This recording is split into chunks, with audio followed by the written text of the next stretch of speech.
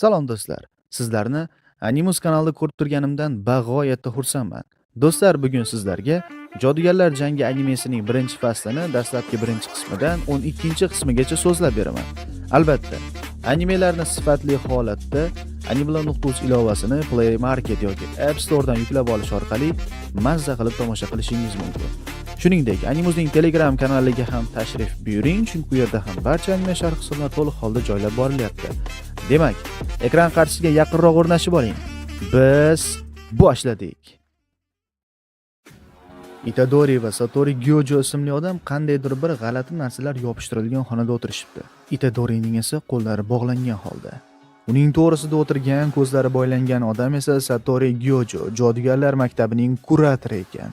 Itadori qayerda ekanligini bilmasdi. Satori Gyojo unga tushuntirib qo'ydi. Uni bu yerga bugun xufiyona tarzda o'ldirish uchun olib kelishgan. Xo'sh, o'zi aslida nima bo'lyapti? Bular kim o'zi? Buni bilish uchun biz bir kun orqaga qaytamiz. Itadori Yujiro o'zi yuqori sinf o'quvchisi, juda ham kuchli, tezkor va maktabda yuqori obro'ga ega yigit. Uning yakka yagona yaqin insoni bu uning bobosi. Lekin hozir u ham kasalxonada edi. Jodugarlar maktabining o'quvchisi Fushigiro la'natlangan buyumni olib ketish uchun uni qo'yib ketishgan joyga kelgan edi. Lekin u qo'yilgan quti ochilgan va la'natlangan narsa esa u yerda yo'q edi. Itadori esa o'zining sheriklari bilan Sasaki va Higuchi sinfdoshlari bilan bir klubda doim qandaydir bir privideniyalarni o'rganib yurishardi. Shu yaqinda regbi maydonida g'alati hodisalar ro'y bermoqda. O'yinchilar esa u yerda regbi o'ynamay qo'yishgandi. Nega? Chunki g'alati tovushlar eshitilyapti. Ular esa bu yerda qandaydir bir la'nat sodir etyapti deyishgandi, lekin domlasi aytdiki, bu oddiy kanalar. Agar kana sizni chaqsa, ehtiyot bo'ling, chunki u o'zidan keyin katta yara hosil qilishi mumkin. Bu vaqt Fushigiro la'natlangan buyumni topish uchun maktabga kelgan edi va u Itadori uning yonidan o'tib ketayotganda xuddi o'sha la'nat kabi kuchni his qildi. Lekin Itadori shu darajada tez yugurib ketdiki, Fushigiro ulgura olmadi. Itadori bobosini oldiga borgan edi. Bobosi bu vaqt esa og'ir ahvolda edi. Bobosi Fushigiroga aytdiki, "Sen kuchlisan. Doim odamlarga yordam ber va shunda umringning oxirgi vaqtlarida menga o'xshab yolg'iz o'lmaysan." Bu uning oxirgi so'zlari bo'ldi va vafot etdi. Keyin esa Itadorining yoniga Fushigiro keldi va ular sinfdoshlari bilan birga topib olgan narsa bu juda ham yovuz la'nat ekanligini aytdi. Uni tezroq menga ber deganda Itadori aytdiki, "U meni sinfdoshlarimda. Sinfdoshlaring qayerda?" "Ular maktabda. Aynan shu narsani o'rganish uchun maktabda qolishgandi. Ular juda ham katta xavf ostida qolishdi. Ular topib olgan narsa bu juda ham bir kuchli la'natning barmog'i ekan. Natijada ularning yoniga la'natlar kela boshladi. Fushigiro va Itadori tezroq yetib kelishga harakat qilishardi. Ular kelishganda maktab atrofi la'nat kuchidan juda ham katta bosimga aylangandi va la'nat kuchi tarqayotgani ko'rinib turardi tashqarida. Fushigiro Itadoriga tashqarida qolishni aytdi va o'zi esa ichkariga kirib ketdi. U kirganda la'nat allaqachon Higuchi va Sasakini ushlab olgandi. La'nat tobora ko'payib borardi. Fushigironi kuchi yetmay qoldi va shu vaqt yordamga Itadori yetib keldi va la'natni dabdalasini chiqarib yubordi.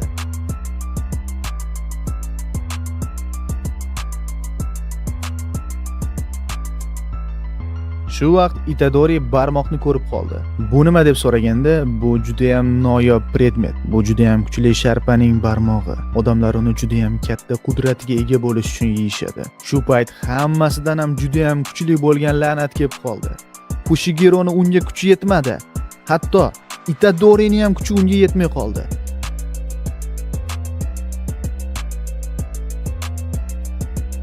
Va shu vaqt u kuchliroq bo'lib yaqinlarini qutqarish uchun o'sha barmoqni yutishga qaror qildi. Va yutib yubordi. Natijada juda ham katta qudratga ega bo'lib, la'natni ko'rdim demay yo'q qilib tashladi.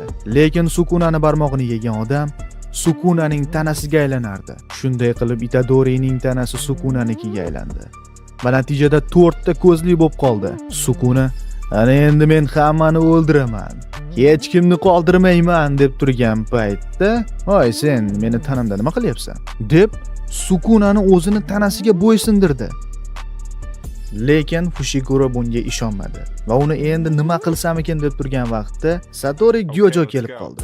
U la'natni izlab yurgandi va la'natni Itadori yeb yuborganini eshitib hayron qoldi. Nahotki sen uni boshqaryapsan. U holda 10 soniyaga Sukunani qo'yib yubora olasanmi?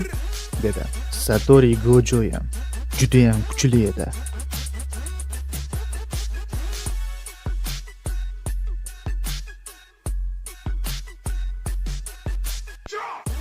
U Sukunaga qarshi 10 soniya juda ham zo'r turib berdi va 10 soniya o'tib Itadori yana Sukunani bo'ysundirgandan keyin Sukuna o'zi g'alati bo'lib qoldi. Qanday qilib, o'zi kim bu bola? Keyin esa Gyojo Itadorini uxlatib qo'ydi. Xullas hammasi xuddi shunday bo'lgandi. Jodugarlar qonuniga ko'ra Itadorini hozir o'ldirib yuborish kerak edi. Lekin Gyojo taklif berdi. Itadori buyutuvchi, Sukunaning barmoqlari esa 20 ta. Topiladimi yana xuddi shunaqa la'natni o'z tanasida ushlay oladigan odam? Sukuna o'zi kim? Sukuna bu bundan 1000 yillar oldin yashagan juda ham kuchli jodugar. Unga butun jodugarlar birlashib ham kuchi yetmagan. Sukunani 4 ta qo'li bo'lgan. Va nihoyat Sukunani yengishganda ham uni butunlay yo'q qilib yubora olishmadi. Uni qo'li 20 ga bo'linib ketdi va o'sha bo'lingan barmoqlar esa la'natga aylandi. Agar hozir Itadori o'lsa, uning ichidagi la'nat ham o'ladi. Uni o'rniga o'sha hamma barmoqlarni topib, Itadoriga yedirib, tanasi dosh bera olsa, butunlay Sukunani yo'q qilib yuborgan yaxshi. Itadori oldida ikkita yo'l paydo bo'ldi. Hozir o'lish yoki 20 ta barmoqni yeb, keyin o'lish. Itadori bobosini aytgan gapini eslab, insonlarga yordam berish uchun Sukunani butunlay yeb, keyin o'lishga qaror qildi. Shunday qilib Itadori jodugarlar kollejiga o'qishga kirdi. U Tokiodan sal uzoqroqda bo'lgan tog'da joylashgan edi. Eng qizig'i, bu kollejda birinchi kurslardan faqatgina 3 dona o'quvchi bor edi. Xolos.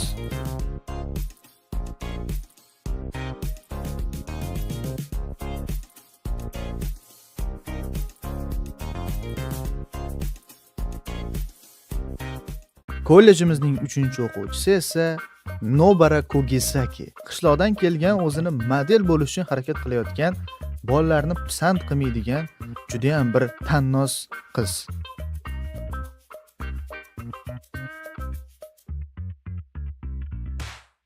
Kurator Gyojo u ikkalasini tekshirish uchun ichiga la'nat bosib ketgan bir binoga olib keldi.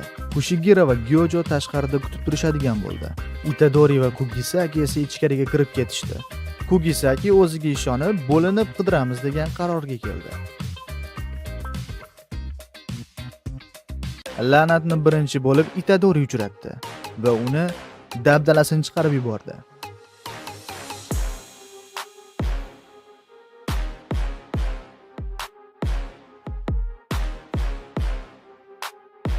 Kugisakining kuchi bolg'a yordamida mixlarni xuddi kamondan otgandek otish edi. Unga uchragan la'nat juda ham yomon bo'lib chiqdi. U manekenlarga berkinib olgan yetmagandek, yana bir bolani ushlab olib, uni o'ldiraman deb tahdid qildi. Kugisaki esa taslim bo'lishga majbur bo'ldi. Va shu vaqt Itadori yordamga kelib qoldi va bolani qutqarib oldi. Lekin iblis qocha boshladi. Kugisaki esa iblisni qolgan tanasi bilan uni o'zining qo'g'irchog'i yordamida yoqib tashladi. Va Gyojo ularga ishonib adashmagan ekan.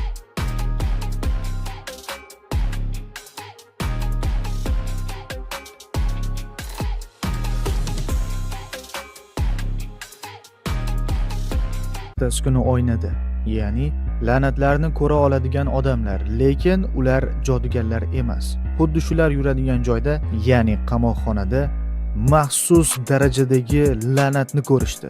Xo'sh, o'zi la'natlar qanaqa turlarga bo'linadi? 4-daraja.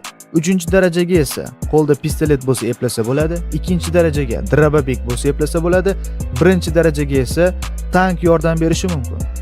Maxsus darajaga bo'lsa atom bombasi kerak bo'ladi desak xato bo'lmaydi. Maxsus darajaga kuchi yetadigan odam faqatgina Gyojo, lekin u hozir komandirovkaga ketgan. Shu sababdan yigitlar o'zlari kirishga qaror qilishdi. Ular la'natni qayerdaligini bilish uchun Fushigironing oq itidan foydalanishdi. Lekin ichkariga kirganda juda ham bir dahshatli holatga ko'zlari tushdi. o'zi 2 qavatli bino, lekin ichkariga kirganda shu darajada boshqa dunyoga aylanib ketgan. Hatto ular kirgan eshik ham yo'qolib qoldi.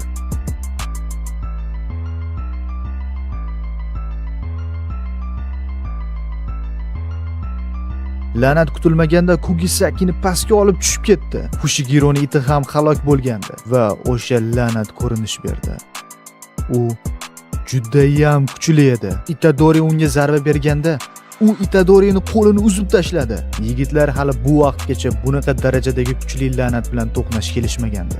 Itadori unga kuchi yetmasligini bildi va o'z tanasini Sukuna bilan almashtirmoqchi bo'ldi. Lekin Sukuna bunga rozi bo'lmadi. Agar tanani almashtiradigan bo'lsang, birinchi navbatda men yoningdagi bolani o'ldiraman, keyin qolganlarni. Shunda Itadori Fushigiroga aytdiki, sen Kugisakini olib chiqib ket va chiqib ketganingda menga signal berasan. Shundan so'ng men o'z tanamni Sukuna bilan almashtiraman. Itadori o'z kuchi bilan Sukunaga qarshi chiqmoqchi bo'ldi, lekin eplolmadi.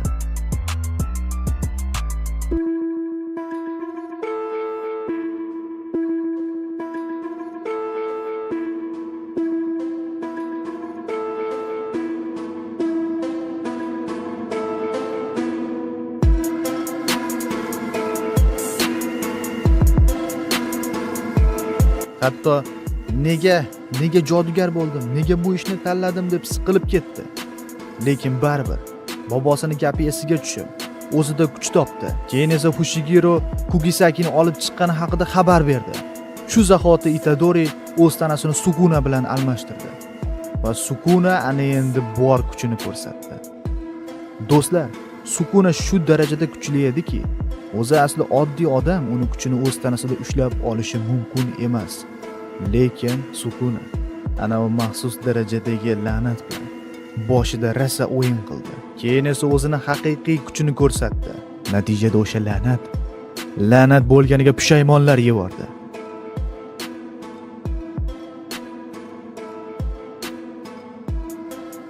Hududni kengaytirish. Yovuzlik maqbarasi. Ma'lum bo'ldiki, o'sha la'natning ichida Sukunaning barmog'i bo'lgan. Shuning uchun u shu darajada kuchli edi.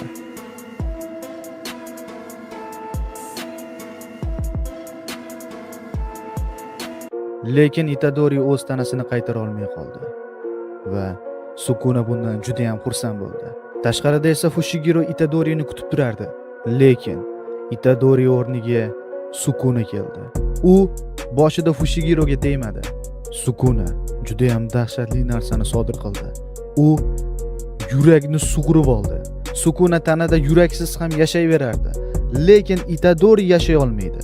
Uni maqsadi Itadorini qaytib o'z tanasiga qaytarmaslik edi. Agar qaytadigan bo'lsa, Itadori o'ladi. Lekin Fushigiro Itadori o'z hayotini qurbon qilib bo'lsa ham baribir tanasiga qaytadi dedi. Sukuna esa uni o'z tanasiga qaytishga jur'ati yetmaydi dedi. Keyin esa Fushigiro Sukuna bilan jang qilib ketdi. Sukuna esa Fushigironi dabdalasini chiqarib yubordi.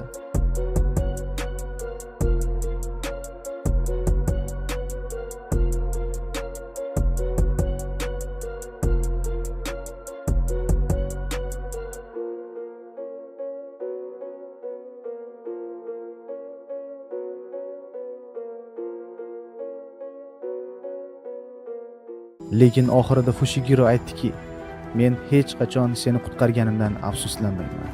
Bu gaplardan so'ng Itadori yana o'z tanasiga qaytdi va o'z hayotini qurbon qilib Sukunani o'ldirdi. Satori Gyojo bo'lgan voqealarni eshitib juda ham achchiqlandi.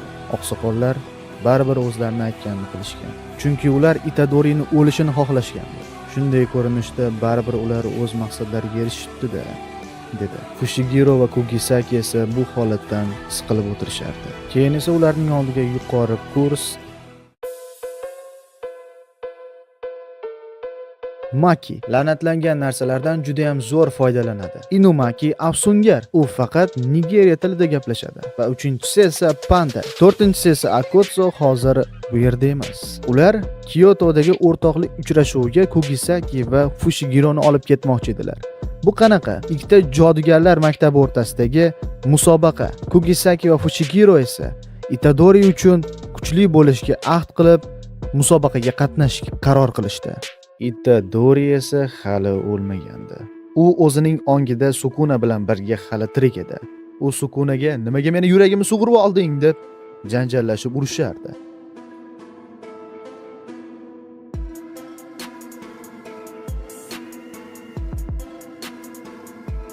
O'rtada ancha jang qilishdi va Akira Sukuna Itadori bilan kelishishga qaror qildi. Faqat ikkita shart bilan. Birinchisi, hududni kengaytirish so'zi paytida Itadori o'z tanasini 1 daqiqaga Sukunaga berib turadi. Ikkinchisi esa bu suhbatni unutadi. Sukuna hatto o'sha 1 daqiqa ichida odamlarga umuman zarar bermaslikka ham va'da berdi. Bu vaqtda Gyojo juda ham siqilardi. Ammo kutilmaganda Itadori yana qayta tirildi. Va shu vaqt u juda ham xursand bo'lib ketdi va qaytganing bilan Itadori deb bir-birlariga qo'l tashlashdi. Lekin Gyojo Itadorining tirikligini tepadagilardan yashirishga qaror qildi. Bu vaqtda esa la'nat Zyoga Getto yordamida jodugarlarni yo'q qilib, odamlar ustidan hukmronlik qilishga ahd qilishgandi. Ular ham juda ham xavfli la'natlar edi. Ularning birinchi maqsadi jodugarlarni yo'q qilish uchun eng birinchi navbatda Satori Gyojoni yo'q qilish kerak. Keyin esa Itadorini. Lekin Satorini yo'q qilishga ularning kuchi yetmaydi. Shuning uchun Getto ularga bir taklif berdi. Satorini tamg'alash kerak. Nimaga? Zindon qirolligi degan maxsus buyumga. Ular unda shu buyum borligini eshitib juda ham hayratlanib ketishdi va uni menga ber deb undan yalina boshlashdi. Kugisaki va Fushigirolar esa o'sha domlalarning qo'lida mashq qilishardi. Ya'ni 6 oy mashq qilish kerak Kyotodagi akademiyadagi bolalar bilan jang qilish uchun. Itadori esa bu vaqtda Gyojo yashirin tarzda mashq qildirardi. Itadori o'zida hozir sehrgarlik kuchini o'rganish kerak edi. U unda bor, o'sha paytda maxsus darajadagi la'nat bilan jang qilayotganda buni ishlatgandi, lekin yana qayta uni ishlatishi uchun o'zida emotsionalning kuchini hosil qilish kerak edi. Ba'zi jodugarlar bu sehrni o'z hissiyotlarini jilolamaslikka harakat qilib ishlatadi, ba'zilari esa o'z hissiyotlarini jilovlab, uni ekonom qilishga harakat qiladi. Itadori hissiyotlarni jilovlashi uchun kino ko'rish yo'lidan bordi. Bunda nima foyda? Kinoni ko'rganda har qanday holatda ham o'z hissiyotlarini bir xilda ushlab turishga harakat qilish kerak. Direktor esa Itadoriga o'zini qo'g'irchoqlardan yuborgan edi. Qo'g'irchoq qachonki Itadori hissiyotga berilib ketganda unga bitta qo'yardi, lekin juda ham qattiq qo'yardi. O'sha zarbani yemaslik uchun Itadori har doim o'zini hissiyotini bir xilda ushlab turishi kerak bo'ladi.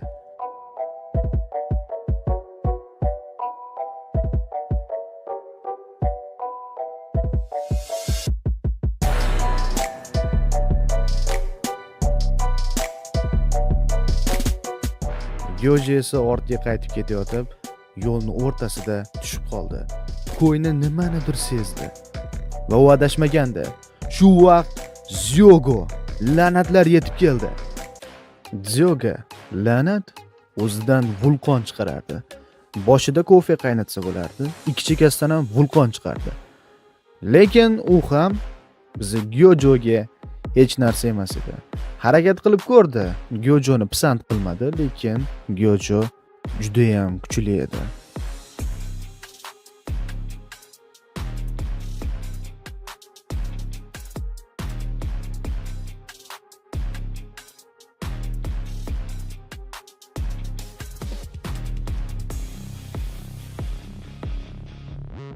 La'nat uning bo'shliq chegarasidan o'ta olmadi.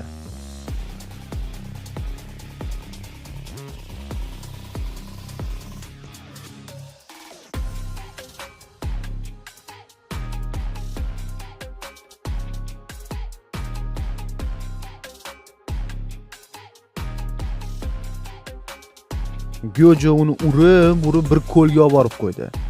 Shu vaqtda Getto unga harakat qilib ko'r, lekin baribir uddalay olmaysan degan gap esiga tushdi. Shu vaqtda 10 sekund ichida Gyojo Itadorini kino ko'rib o'tirgan joydan shu yerga olib kelib qo'ydi.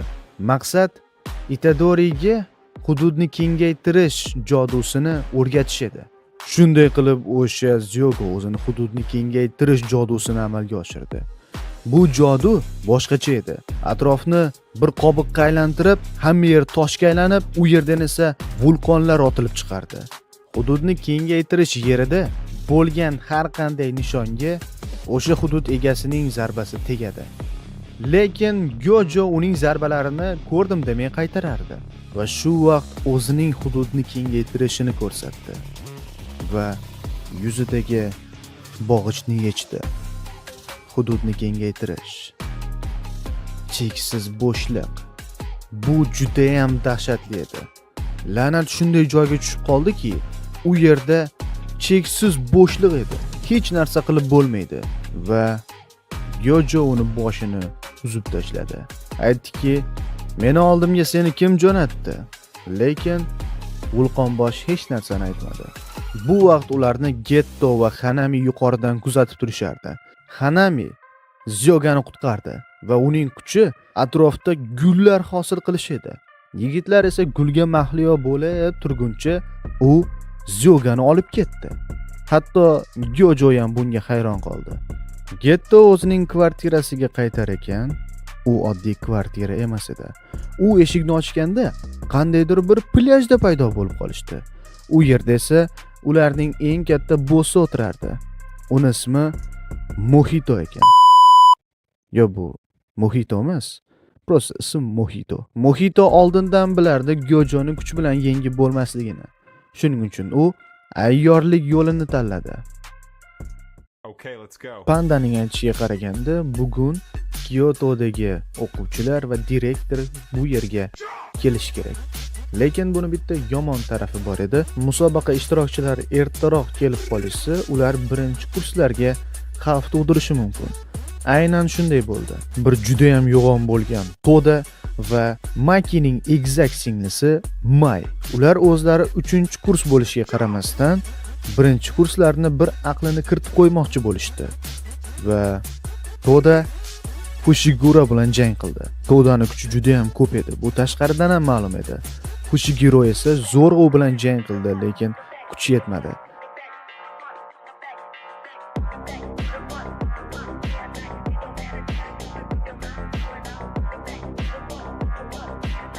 Axiri g'azablanib, o'zini haqiqiy kuchini endi ko'rsataman deb turgan vaqtda ularning ustozlari kelib qoldi va ularni to'xtatishdi. Mai esa Kugisakini hushidan ketkazib qo'ygandi. Egizaklar bir-biri bilan chiqisha olishmasdi. Bittasida la'natlangan kuch bo'lsa, ikkinchisida esa unday kuch yo'q edi. Shunday qilib Kugisaki baribir o'z alamini oldi va ular bu yerdan ketishdi. Maki nega jodugar bo'lishni tanlaganini aytdi. U oilasidagilarga qo'lidan ish kelishini ko'rsatib qo'ymoqchi edi. Lekin uni bir kamchiligi bor edi. U la'natlarni faqatgina ko'zoynakni taqqandagina ko'ra olardi. Gyojo boshqa akademiya direktori Gakugami bilan hozirgi holat haqida suhbatlashib oldi. Ya'ni, u shuncha vaqtdan beri to'xtatmoqchi bo'lgan o'sha noyob kuchlarning hammasi kundan kunga o'sib bormoqda. Shuning uchun bizni ishga aralashmang degandek gap qildi. Kechasi esa juda ham dahshatli holat ro'y berdi. Ya'ni, kinoteatrda tomoshabinlar juda ham dahshatli holatda o'lib yotardi. Buni boshida esa Mohito o'tirgandi. Kinoteatrda yana bir bola o'tirgandi. Uning ismi Yoshino. U o'sha yigitlarning sinfdoshi edi, lekin ular doim Yoshinani qiynab kelishardi. U Mohitoni ortidan bordi va "Buni siz qildingiz-a?" dedi. Mohito esa "Nima? Bu uchun meni jazolaysanmi?" "Yo'q. Men ham shunday qila olamanmi?" deb Mohitoga qo'shilib oldi. Bu vaqt esa voqea joyiga Itadori va Nanami kelishgandi. Nanami sobiq ofis xodimi. O'zi esa juda ham jiddiy, o'z ishiga mas'uliyat bilan yondashadigan qattiqqo'l odam edi. Har bir jodu o'zidan keyin iz qoldiradi. Ular shu iz yordamida o'shani izlab ketishayotganda tomda ikkita la'nat bor edi. Nanami va Itadori ularga qarshi jang qilishdi.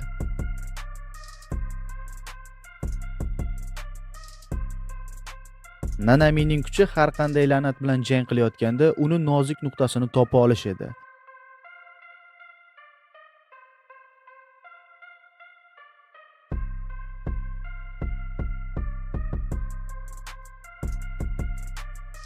Itadorining kuchi esa bir zarbada 2 marta zarba bera olish kuchi ekan.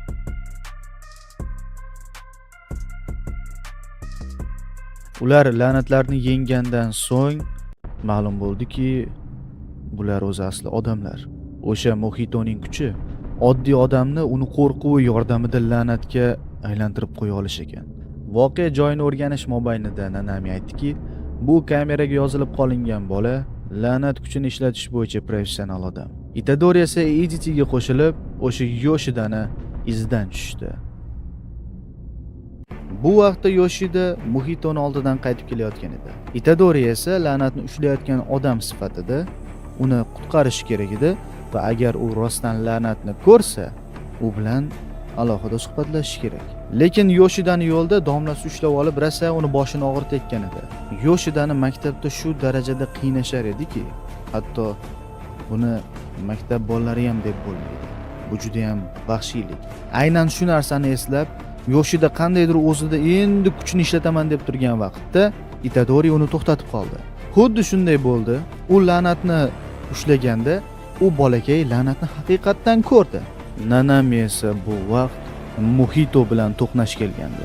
U Mohitoni xuddi Satoruga o'xshatib yubordi va jang qila boshladi. Jang juda ham shiddatli bo'ldi.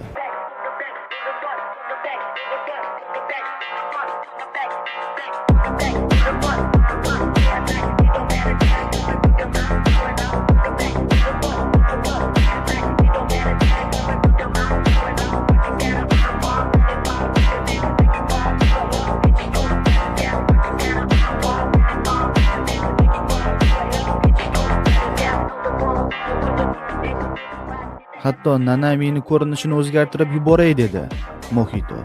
Lekin Nanami bunga yo'l qo'ymadi.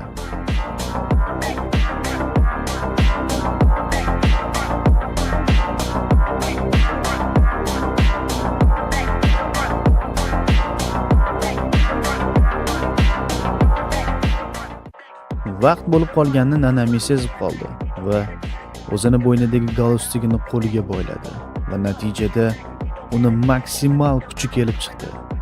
Uning maksimal kuchi endi dushmanning nozik nuqtasini topish emas, balki har qanday nuqtasini nozik nuqtaga aylantirish edi.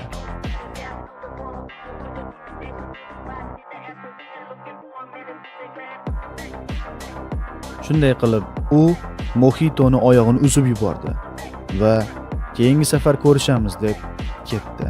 Itadori esa Yoshida bilan yaqinroq tanishishga harakat qildi. Mohito esa Yoshidaga, agar kiyimida shunday tugmasi bor odamni uchratsang, u bilan yaqinroq bo'l, chunki u jodugar deb aytgandi. Itadori bilan Yoshidani gaplari bir-biriga qovushib qoldi, chunki ikkalasi ham juda ko'p kino ko'rgandi. Yoshidani oyisi Itadorini uyga taklif qildi. Shunday qilib, kechgacha ular mazza qilib suhbatlashishdi, hazil-huzul qilishdi. Keyin esa Itadori ketadigan bo'lib qoldi. Yoshidani oyisi esa uxlab qolgandi va tunda uyg'onib ketdi. O'ziga kelib qarasa, oldida bir Sukunani barmog'i turardi va uni la'nat o'ldirib ketdi. Bechora Yoshidani oyisini la'nat nobud qildi. Itadorining bundan qattiq jahli chiqdi, g'azablandi. Mohito ham Yoshidan oldiga kelgandi va oyisini o'limiga sabab shu barmoq deb aytdi. La'nat shu barmoqni deb kelgan. Barmoqni bo'lsa, seni yomon ko'radigan biror bir boyni bolasi qilgan bo'lishi mumkin. Lekin o'zi asli barmoqni getto tashlab ketgandi. Uni maqsadi Yoshidani uyidan jodugarlar barmoqni topishi edi. Ertasi kuni esa Yoshidani maktabida taqdirlash marosimi bo'ldi. Har doimgidek birinchi o'rinni boyni bolasi oldi. Yoshida ham aynan shundan gumon qilayotgandi va maktabga keldi. Bu vaqtda Getto va Mohito esa tomda turib maktab atrofiga qobiq o'rab tunga aylantirib qo'ydi. Maktab o'quvchilari esa hammasi yerda hushsiz yotardi. Yoshida esa o'sha boyni bolasidan qasos olishga kelgandi. Uni endi o'ldiraman deb turganda shu vaqtda Itadori kelib qoldi. Itadori Yoshidani to'xtatishga harakat qilardi. Yoshidaning kuchi shu darajada tez rivojlangan ediki, hattoki jodugarlar bir necha yil davomida buni o'rganishadi. Sababi Yoshidaga Mohito o'rgatgandi. Yoshidaning kuchi bu meduza hosil qilib, meduza yordamida himoya ham hujum qilish edi.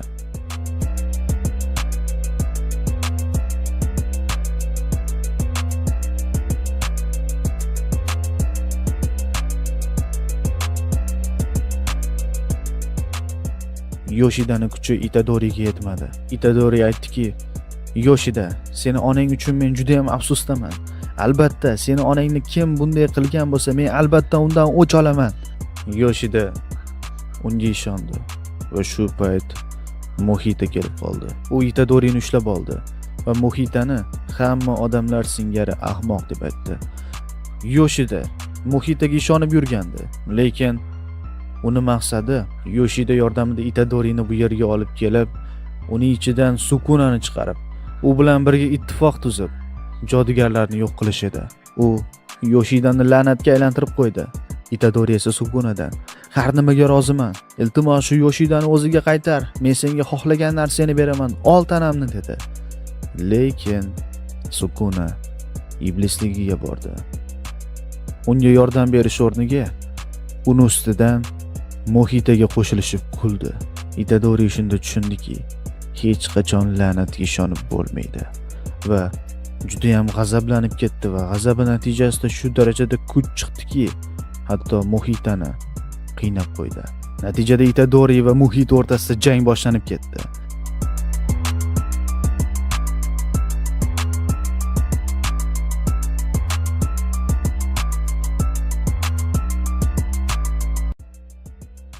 Jang juda ham shiddatli bo'ldi. Mohita o'z tanasini juda ham tez o'zgartirardi.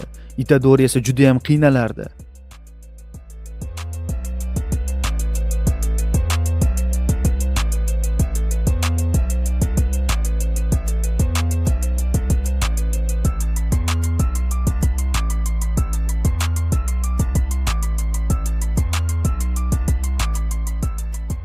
So'ngida Mohita Itadorini ham la'natga aylantiraman deb turgan paytda Sukuna qarab, "Sen meni yuragimga kirishga jur'at qildingmi?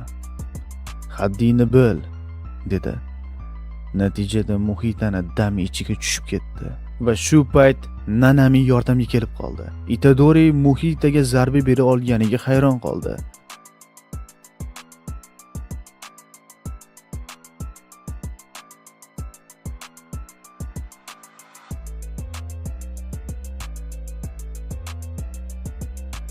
Ana endi Mohitaga qarshi ikkalasi jang qiladigan bo'lishdi. Do'stlar, videoni oxirigacha tomosha qilganingiz uchun katta rahmat. Albatta, video sizlarga manzur kelgan bo'lsa, fikrlaringizni kommentariy bo'limida yozib qoldiring. Albatta, tez kunlarda ushbu animeni ikkinchi qismini ham chiqaraman va shu narsani yoddan chiqarmaylik do'stlar. Bu dunyoda hech narsa mehribon Allohning izmisiz bo'lmaydi. Anime bu shunchaki to'qima xolos.